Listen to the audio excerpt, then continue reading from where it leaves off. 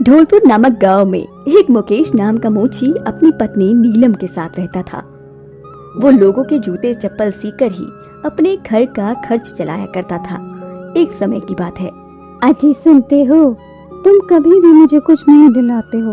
वो लतिका का पति उसे हर महीने अच्छे कपड़े दिलाता है, गहने दिलाता है, और तुम कभी मेरे लिए एक शॉल तक नहीं लेकर आए। अरे भाग्यवान, वो लतिका का पति एक नंबर का बदमाश है। आए दिन उसका नाम चोरी चकारी में आता है। अब तुम क्या चाहती हो, मैं भी वो सब करूं? जो भी हो जी, मुझे बस ये पता है कि उसका पति उसके लिए खूब सारा सामान लाता है, और वो भी आए दिन मुझे बस दिखा दिखा कर जलाती रहती है। देखो नीलम, जितनी मेरी कमाई है उतने में तो मैं बस घर का खर्चा ही चला सकता हूँ, और चाहे कुछ भी हो जाए मैं बेईमानी का कोई काम नहीं करूँगा। अब मेरा समय खराब मत करो, जल्दी से मेरा खाना दे दो, मुझे काम पर जाना है। नीलम डब्बा बांधकर मुकेश को दे देती है और मुकेश उसे लेकर काम पर आ जाता है और मन लगाकर लोगों के लिए जूते सीने लगता है। नीलम सही तो कहती है, आज तक मैंने उसे दिया ही क्या है। ना कभी उसे कुछ अच्छा खिला पाता हूँ और ना ही उसे अच्छे कपड़े लेके देता हूँ। अब मैं ज्यादा देर तक काम किया करूँगा ताकि मैं भी उसको कुछ दे पाऊँ। मुकेश देर शाम तक दुकान पर लगा रहता है और सुंदर सुंदर जूते बनाकर उनको बेचता है। आज तो अच्छी आमदनी हुई है। मैं एक काम करता हूँ, इसमें से नीलम के लिए शॉल ले आता हूँ, वो बहुत खुश होगी। मुकेश कपड़ों की दुकान पर जाकर एक अच्छा सा शॉल ले आता है और घर की ओर जाने लगता है कि तभी उसे रास्ते में एक आदमी दिखाई देता है। उसके शरीर पर एक भी कपड़ा नहीं था। वो ठंड में बैठे बस ठिठुर रहा था। अरे आप यहाँ ऐसे क्यों बैठे हैं? ये शॉल रख लीजिए, क्या पता इससे आपको ठंड से थोड़ी राहत मिल जाए। आपका बहुत बहुत शुक्रिया भाई साहब। अरे सुनिए भाई साहब, आपने मेरी इतनी मदद की, पर मेरे पास ना तो खाने के लिए खाना है और न रहने के लिए छत। क्या आप मेरी कुछ मदद कर सकते हैं? अरे भाई, मैं खुद एक मोची हूँ, बड़ी मुश्किल से अपना घर चलाता हूँ। मैं तुम्हारी क्या ही मदद कर सकता हूँ। अच्छा। हाँ, लेकिन तुम चाहो तो मेरे घर चल सकते हो, वहाँ तुम्हें छत भी मिल जाएगी और 2 वक्त की रोटी भी। अच्छा, आप मेरी मदद करेंगे? हाँ, लेकिन तुम्हें मेरे साथ मेरे काम में मेरी मदद करनी पड़ेगी। दोनों साथ में काम करेंगे तो क्या पता अच्छी कमाई हो। क्यों नहीं, मैं हर काम करने को तैयार हूँ। चलो फिर घर चलो। तुमने अपना नाम नहीं बताया। दूत नाम है मेरा। और मेरा मुकेश। अरे ये किसे ले आया? ये दूत है। किसका दूत है, भगवान का या यमराज का? अरे मेरा नाम दूत है। हाँ, इसका नाम दूत है। ये मुझे रास्ते में बहुत ही बुरी हालत में मिला था।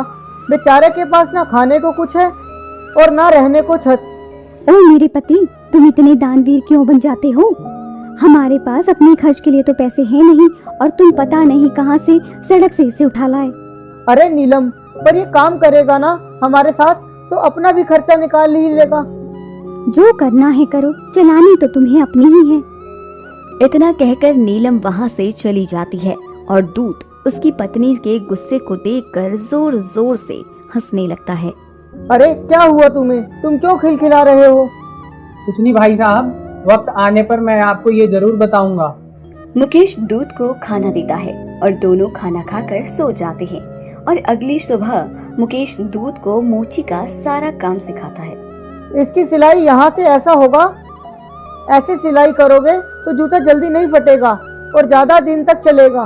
जी भाई साहब, मैं बनाकर देखता हूँ एक जूता। दूत बहुत समझदार था। वो मोची के काम को बड़ी ही तेजी से सीखकर जूते बनाने लग जाता है और उसके बनाए जूते बहुत ही सुंदर और मजबूत थे। अरे दूत, ये जूता तो बहुत ही सुंदर है। 7 साल हो गए मुझे, लेकिन इतनी सफाई तो कभी मेरे हाथों में भी नहीं आई। मानना पड़ेगा तुम्हें। ये सब बस आप ही की वजह से हो पाया। आप मुझे घर न लाते तो मेरा पता नहीं क्या होता। कोई नहीं, अब मन लगाकर काम करो, हम दोनों इस दुकान को मिलकर बड़ा करेंगे। अब दूत मोची का सारा काम सीख चुका था और वो सुंदर सुंदर जूते सीने लगता है और मुकेश उन जूतों को बाजार में बेचकर उसकी अच्छी खासी रकम ले आता था, जिससे उसकी खूब अच्छी आमदनी होने लगी।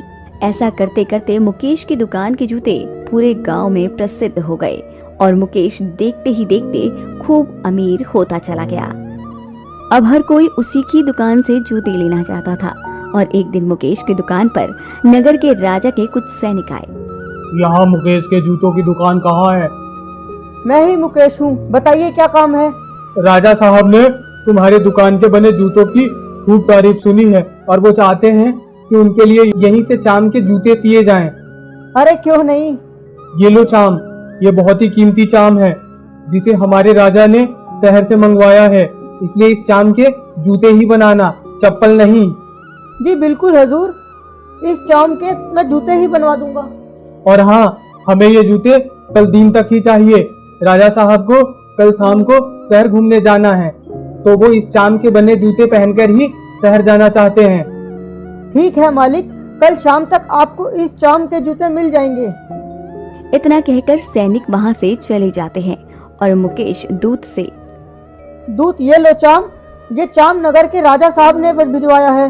वो कल शहर घूमने जा रहे हैं और वो चाहते हैं कि वो इसी चाम के जूते पहनकर शहर घूमने जाएं। तो कल दिन तक तुम इस चाम के जूते बना दो, और हाँ, जूता ही बनाना, चप्पल मत बना देना। ठीक है, जूता नहीं बनेगा, चप्पल बनानी है। अरे नहीं नहीं, इसका जूता बनाना है, चप्पल नहीं बनानी। थोड़ा समझदारी से काम करना, ये नगर के राजा के जूते हैं, थोड़ी भी चूक हुई तो हम दोनों मारे जाएंगे, समझे? समझ गया, कल दिन तक बना दूंगा मैं। मुकेश इतना कहकर बाजार में जूतों को बेचने के लिए चला जाता है और दूत राजा के लिए जूते सीने बैठ जाता है। अगले दिन, तुमने राजा के लिए जूते बना दिए? नहीं, मैंने उस चाम की चप्पल बनाई, ये देखो। हे भगवान, ये क्या किया तुमने? कहा था ना चप्पल नहीं जूते बनाना इसके, फिर तुम इतनी बड़ी गलती कैसे कर सकते हो? भाई साहब, इसके जूते ही बनने थे। अरे जब राजा साहब को जूते चाहिए तो तुम इसकी चप्पल कैसे बना सकते हो? इतना कहकर मुकेश गुस्से में डंडा लेकर दूत को मारने लगता है और दूत जोर जोर से हंसने लगता है। मैं तुम्हें मार रहा हूँ और तुम हंस रहे हो?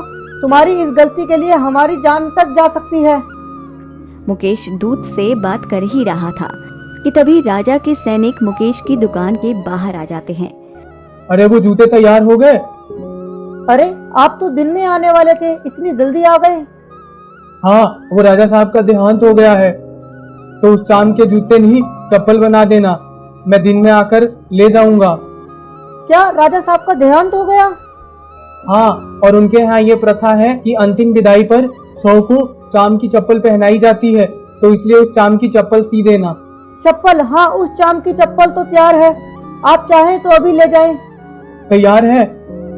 हाँ, वो मेरे साथ काम करने वाले ने गलती से इसकी चप्पल सिल दी थी, इसलिए आप उन चप्पलों को ले जाइए। मुकेश सैनिकों को वो चप्पल दे देता है और सोच में पड़ जाता है। ये कैसे हो सकता है? क्या दूत पहले से ही जानता था कि राजा साहब को देहांत होने वाला है? नहीं नहीं, ऐसे नहीं हो सकता। खैर जो भी हुआ, जान छूटी। मुकेश अपने आप से बात कर ही रहा था कि तभी उसकी दुकान पर एक बूढ़ी औरत 2 जवान लड़कियों के साथ आती है। हाँ जी माँ, आपको क्या चाहिए? मेरी दोनों बेटियों की शादी होने वाली है, तो इनके लिए बढ़िया सी जूतियाँ चाहिए थी। अच्छा माँ जी, बहुत सारी जुतियाँ हैं, आप अंदर आकर देख लीजिए। माँ जी, ये दोनों बेटियां आपकी हैं? बेटा मेरा तो कोई नहीं था। मेरे पति शहर में बिजनेस किया करते थे, लेकिन उनका देहांत हो गया और ये दोनों बेटियां मैंने गोद ली हैं। इनकी माँ भी बचपन में ही गुजर गई थी। इनके देख रेख करने वाला कोई नहीं था, तो मैंने ही इनका पालन पोषण किया और इस तरह मुझे इनका